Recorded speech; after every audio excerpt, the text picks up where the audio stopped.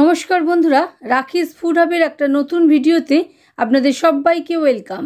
আজ আমি আপনাদের সাথে শেয়ার করছি একটা খুব দারুণ ইন্টারেস্টিং রেসিপি, ভেজ র্যাপস। 5 মিনিটে তৈরি হয়ে যাবে বাচ্চাদের ভীষণই পছন্দের টেস্টি ভেজ চিজি র্যাপস। ঘরে থাকা খুব সাধারণ উপকরণ দিয়েই অল্প সময় অল্প বাজেটে অনায়াসে এই পার্টি স্ন্যাক্সটা তৈরি করে ফেলা যাবে, যেটা বাড়ির প্রত্যেক সদস্যরই ভীষণ পছন্দ হবে। আজকের এই ভিডিওটাতে আমি শেয়ার করেছি কি করে স্ক্র্যাচ থেকে ঘরেই র্যাপ বানিয়ে ফেলে আপনারাও এই স্ন্যাক্সটা বানাতে পারেন। সমস্ত টিপস অ্যান্ড ট্রিক্স ভিডিওতে ডিটেলসে শেয়ার করেছি। আশা করি আজকের ভিডিওটা আপনাদের সকলেরই ভালো লাগবে। তাহলে আর দেরি না করে দেখে নেওয়া যাক আজকের রেসিপি।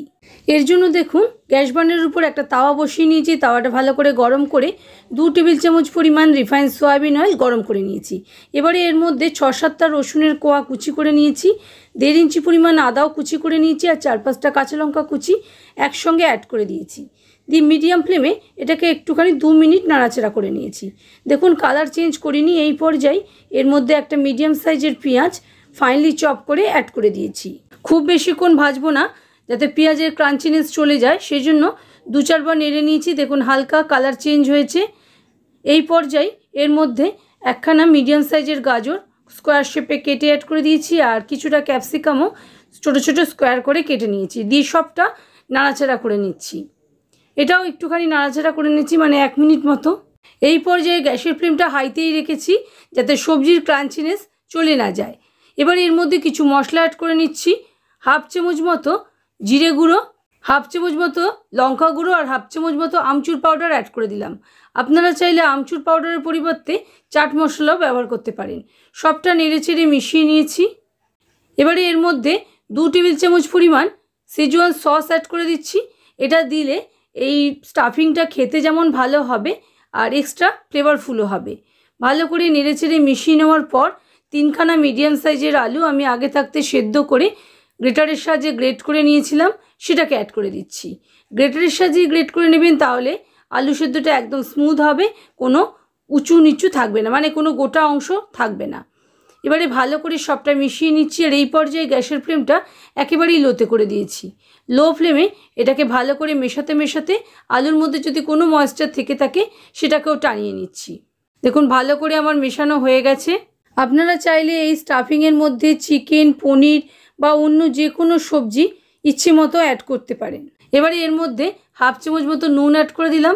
দিয়ে আবারও ভালো করে সবটা মিশিয়ে নিচ্ছি। খুব ভালো করে মিশিয়ে নিতে হবে।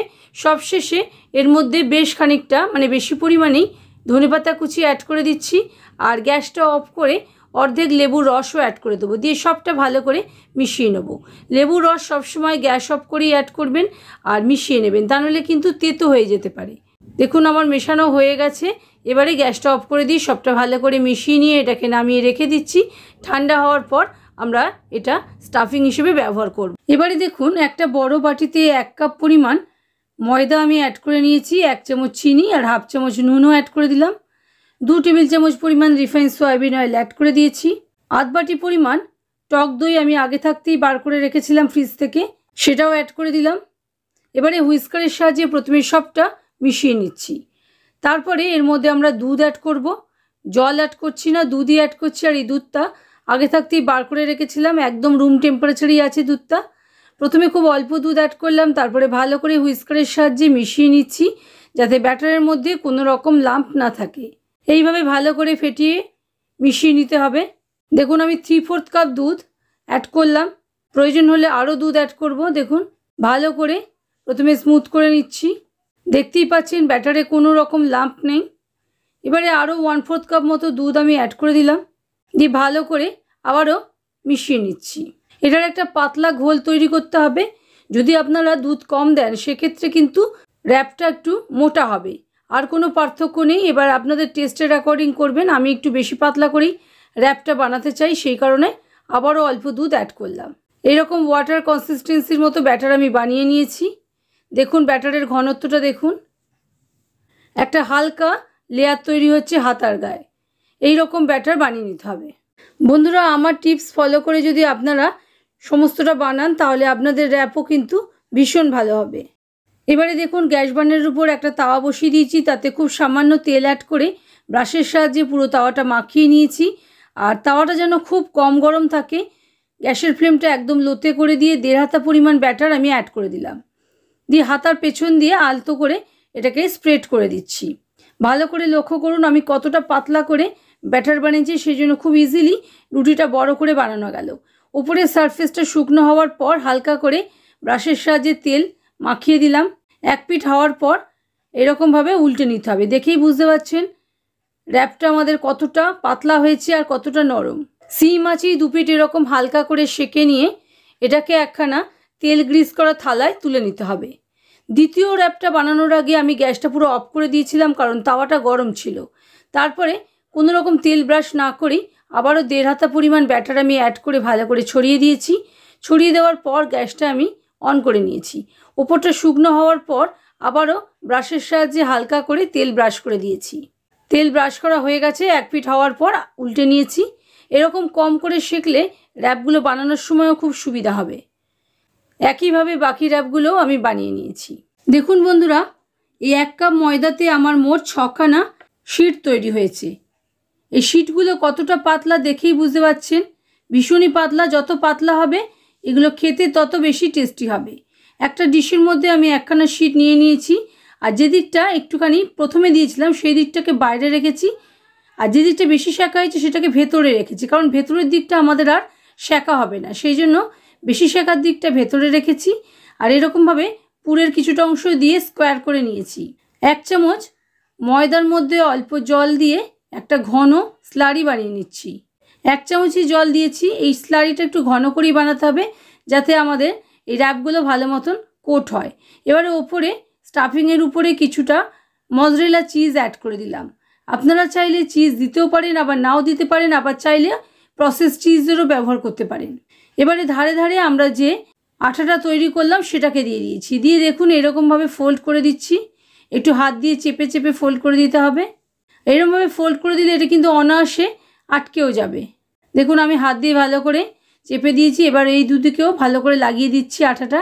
খুব অল্প করেই দিচ্ছি, বেশি দেওয়ার প্রয়োজন নেই, কিন্তু যেহেতু ঘন আছে, স্টিকি আছে, এটা আটকে যাবে।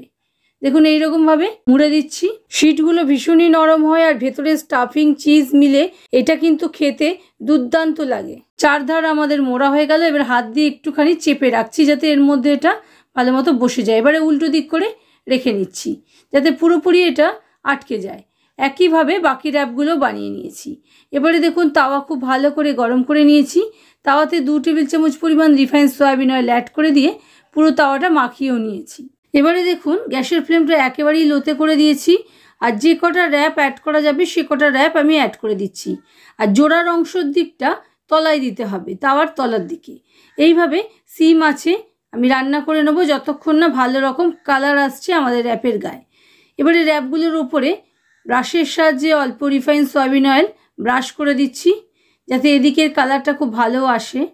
একটু সময় ধরে করতে হবে, মিনিট 7-8 লেগে যাবে। দেখুন এরকমভাবে কিছুটা হওয়ার পর উল্টে নিয়েছি। বারবার উল্টে পাল্টে চেক করে নিতে হবে যে ঠিকঠাক হয়েছে কিনা। আর এটা করতে খুব একটা বেশি সময় লাগে না। যে র্যাপটার গায়ে একেবারেই কালার আসেনি সেটাকে মাঝে করে দিয়েছি। এইভাবে সমানে সিম আছে উল্টে পাল্টে ভেজে নিতে হবে। গ্যাসের ফ্লেম কোনো অবস্থাতেই বাড়াবেন না, তাহলে পুড়ে যেতে পারে। আর র্যাপগুলো ভীষণই নরম। একটু সময় ধরে ভালো মতো কালার আসা পর্যন্ত রান্না করলে ভেতর পর্যন্ত রান্না হবে, আর চিজটাও খুব ভালো মতো মেল্ট হবে। দেখুন ওপরটা কীরকম ফুলে উঠেছে। এরকম ফুলে উঠলেই বুঝতে পারবেন যে একদিক হয়ে গেছে। আপনার কাছে ঘরে যদি চিজের স্লাইস অ্যাভেলেবেল থাকে তাহলে সেটাও এখানে অ্যাড করে দিতে পারেন। যেটা হয়ে গেছিলো সেই র্যাপটা আমি তুলে নিলাম, দিয়ে বাকি র্যাপগুলো উল্টে পাল্টে লালচে করে ভেজে নিচ্ছি। দেখুন কতটা সুন্দর হয়েছে র্যাপগুলো, আমাকে বলে দিতে হবে না আপনাদের, আপনারা দেখেই বুঝতে পারছেন। ভীষণই সুন্দর হয়েছে, আর খেতে তো অসম্ভব টেস্টফুল হয়েছে। ভীষণই গরম আছে, আলতো হাতে তুলে নিতে হবে। এবারে যে বাকি র্যাপগুলো আছে আমি সেগুলোকেও একইভাবে ভেজে নিয়েছি। আপনারা চাইলে এই র্যাপ শিটগুলো আগে থাকতে বানিয়ে ফ্রিজে স্টোরও করে নিতে পারেন, তারপরে যখন বানাবেন তখন একদম ঝটপট তৈরি হয়ে যাবে। বন্ধুরা আমার চ্যানেলে এরকম আরও অনেক ইজি স্ন্যাক্সের রেসিপি আছে, আমি ডেসক্রিপশন বক্সে লিঙ্ক অ্যাড করে দেবো, আপনারা ইচ্ছে হলে দেখতে পারেন। এবারে দেখুন বন্ধুরা আমি সার্ভ করে নিয়েছি। আশা করি আমার আজকের রেসিপি আপনাদের ভালো লেগেছে। যদি ভালো লাগে প্লিজ লাইক শেয়ার কমেন্ট করতে ভুলবেন না, এবং আপনজন ও প্রিয়জনদের সঙ্গে ভিডিওটা প্রচুর শেয়ার করবেন। আর চ্যানেলে যদি নতুন বন্ধু হয়ে থাকেন তাহলে চ্যানেলটা অবশ্যই সাবস্ক্রাইব করে নিতে ভুলবেন না। ভিডিওটা আপনারা যদি ফেসবুক পেজ থেকে দেখে থাকেন তাহলে পেজটাকে ফলো করে নেওয়ার অনুরোধ রইল। ভালো থাকবেন, সুস্থ থাকবেন। আবারও আসছি নতুন রেসিপি নিয়ে নতুন কোনো ভিডিওতে।